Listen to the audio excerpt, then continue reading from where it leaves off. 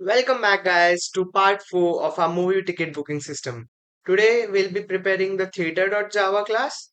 We'll be preparing the methods to create theater and view theaters, and we'll be using the movie.java class as a reference because they share somewhat similar properties, just the attributes are different. So, let's dive right into it.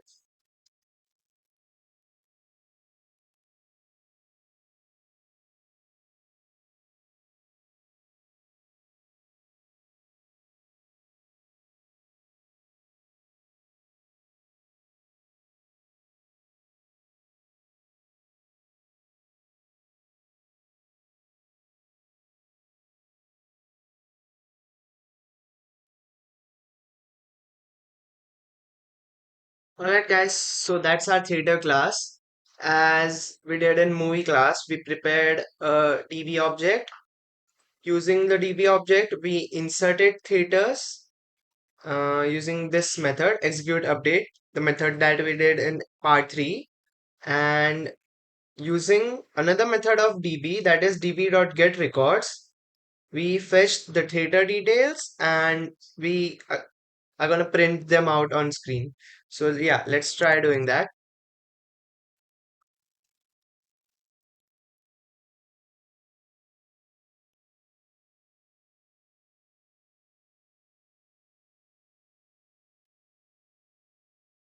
Alright guys, as we can see here, theater class is working and now let's move on to showtime class. Alright guys, so let's do the showtime class. Now the showtime class is gonna be a bit complex because we'll be using the term concepts of foreign key over there. So I'll code first and then later on I'll explain it to you what I did exactly.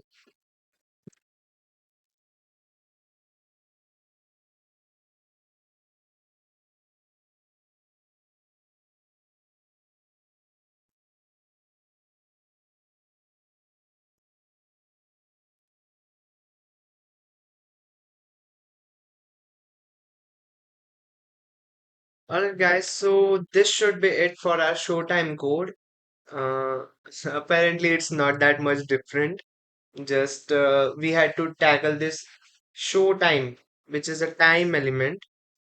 This is we'll be needing to do some bit of coding to get this right, but that's on the admin part. We'll be doing that later on in the series. Now let me explain. Over here in insert showtime function, we are method, sorry, it's Java. So in Java, it's methods. In Python, it's function. Similarly, over here, we call them instant fields when you're using variables in class. So they are instant fields. Anyways, uh, our method insert showtime is taking three arguments over here, which is movie ID, theater ID, showtime. We'll be using a pre-made SQL statement insert into showtime, passing the values and off to db.execute update. The same thing that we did in theater and movie. Again, if the row is added, showtime added successfully, else some error. Similarly, in show select showtimes, we'll be taking select star from showtimes and printing them out on each line. So yeah, let's run this code. First off, let's just run the movie and theater thing. So we get IDs of thing that we have. Alright, so there are two movie IDs, one and two, and theater IDs one, two, three. Oh, another theater got made. Anyways, let's just comment all of this out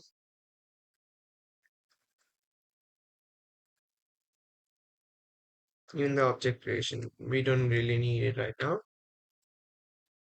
And create a showtime object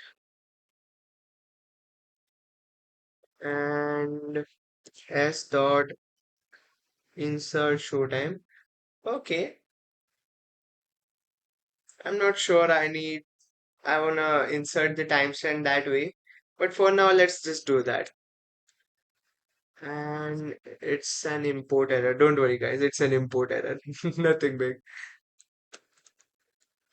Over here, just import java dot u no no not util dot security dot star. The timestamp method is in. Come on, get fixed. Figment. What's the error? Timestamp long is not defined. Hmm. Well, let me tackle this and I'll get right back. Alright, guys, so I found the way to get rid of the error. Basically, what we were doing over here was there are two types of timestamp. One is java.security.timestamp, and another is the one used by SQL. So I researched a bit about it. The security one is used as digital signatures and not to set a particular time in any date.